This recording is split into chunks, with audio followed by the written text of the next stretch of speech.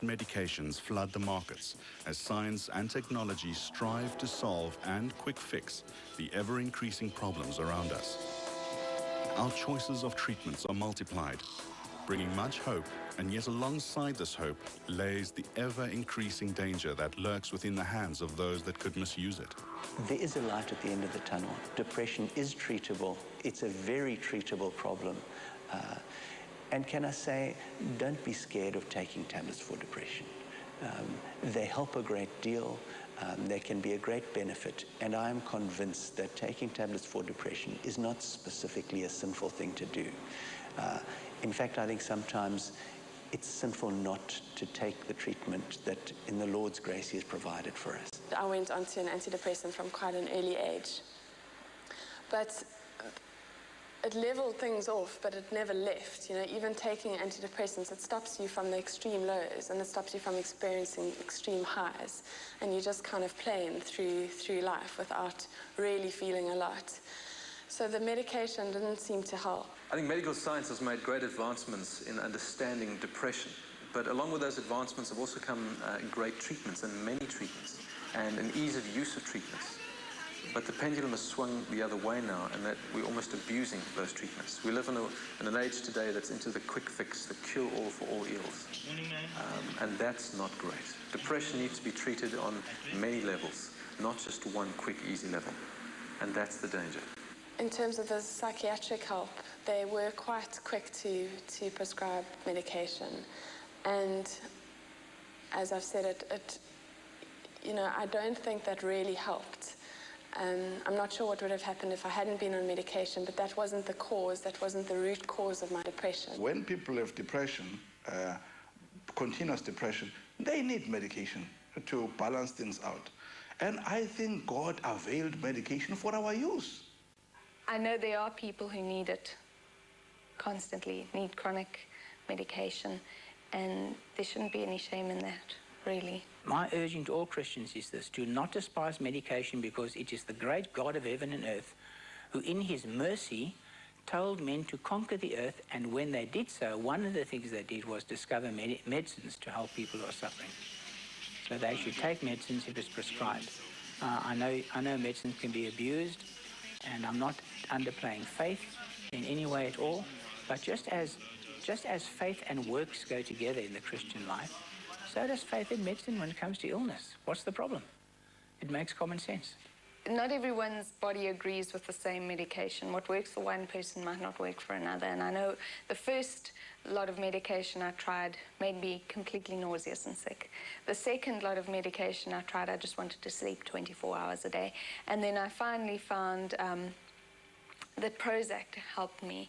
And that came as a bit of a shock to me, because I've always heard such negative press about Prozac, and to go to the pharmacy and ask for Prozac was the ultimate humiliation. But it worked. And after a week, I felt like a new person, and I carried on that for 3 months, and then stopped it, just like that, because I thought, well, now I'm great. Now I'm doing fine, so I stopped it, and that wasn't a good thing to do. And then I subsequently had to go back onto it for 9 months and then slowly taper off.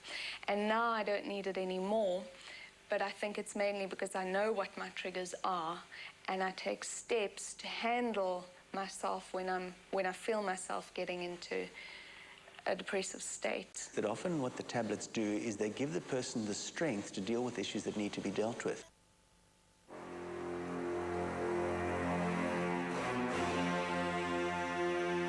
Close friends and loved ones of the person suffering are also affected by this disease, which can often leave them feeling rejected, helpless, and even guilty. I actually struggled so much that I was considering breaking our relationship off. We were just dating at that stage, and it was quite a stress on me, and I didn't understand what Heidi was feeling. So from that point of view, this was a very strange sort of like a reliance on me almost, that she needed me to help her just to cope, and that was, I felt quite almost trapped in that. The person who hasn't got depression, the one living with someone with depression, needs counseling as much as the person living with depression. I think people that really showed compassion and that loved me, even though I was completely unlovable, that did help, because you realize that you want to pull through this for their sake as well. You can see what it's doing to the lives of the members of your family and to your friends. And my mom, she just lavished love on me through that time, and I was terrible to her and I pushed her away, but I know that love did help overcome. Richard's great because he's so stable. When I'm up and down like this, he's constant, and that's wonderful, because when I get completely irrational and things just don't make sense to me at all, and anything I say or do doesn't make sense at all, then Richard's completely calm and control, and I really need that in my life sometimes. And he's able to say, you know you're not being rational right now. You know it's not a good time for you. Why don't we just stay calm? Let's just stay at home. Let's go to bed early. Let's just calm down. Instead of saying to me, what are you getting so upset about? Or you're not making sense. Talk to people about it. Initially, talk to a friend. And men particularly don't talk about things like this. Women tend to talk more frequently, but men, often the first idea that anybody has had that he was depressed was when he committed suicide. So it's important to talk to people. Talk to anyone who's a confidant. Having someone that you can trust and that you can speak to, even though your feelings are completely irrational. Sometimes I want to withdraw, and I'll say to him, I don't want to speak to you about what I'm feeling because it's not godly, and I know it's stupid and it's irrational, and I'm just feeling so down. And David will say to me, I don't care, it's your feelings, I want to know. And it's been great to be able to do that, to be able to chat to someone. And I think everyone, whether it's a best friend, a spouse, a parent, a counselor, needs to have that person that can just affirm and encourage them in the Lord. What really I would like to see happening for people who have loved ones that are going through depression is for them to love them, to open up to them, and to help them join support groups. For me, it was very helpful to join a support group because I realized, oh, there are many others like me. And it helped me to stand up and not want to hide. There were just so many other positives, so many other attributes that Heidi had that totally overweighed her negative side. And a lot of people see this as a negative.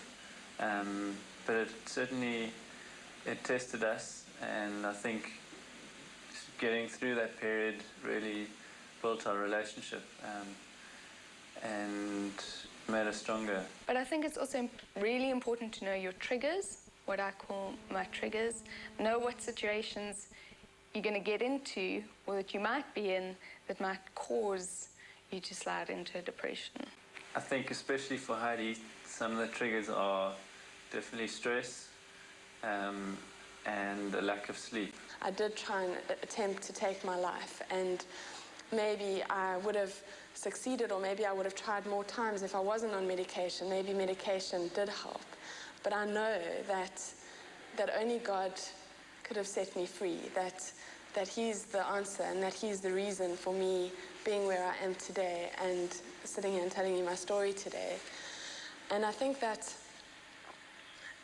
yeah, you still have tendencies. I have to watch out. I know that there are things where I can see myself starting to get depressed, and I've got to fight that. And we know that after big events in our lives, I tend to be on a huge high and then crash. We got engaged, it was amazing, fantastic, I crashed afterwards. We got married, it was wonderful, everything I ever dreamt of, and I crashed afterwards. We'll probably have a baby, and I've got to watch out for postnatal depression.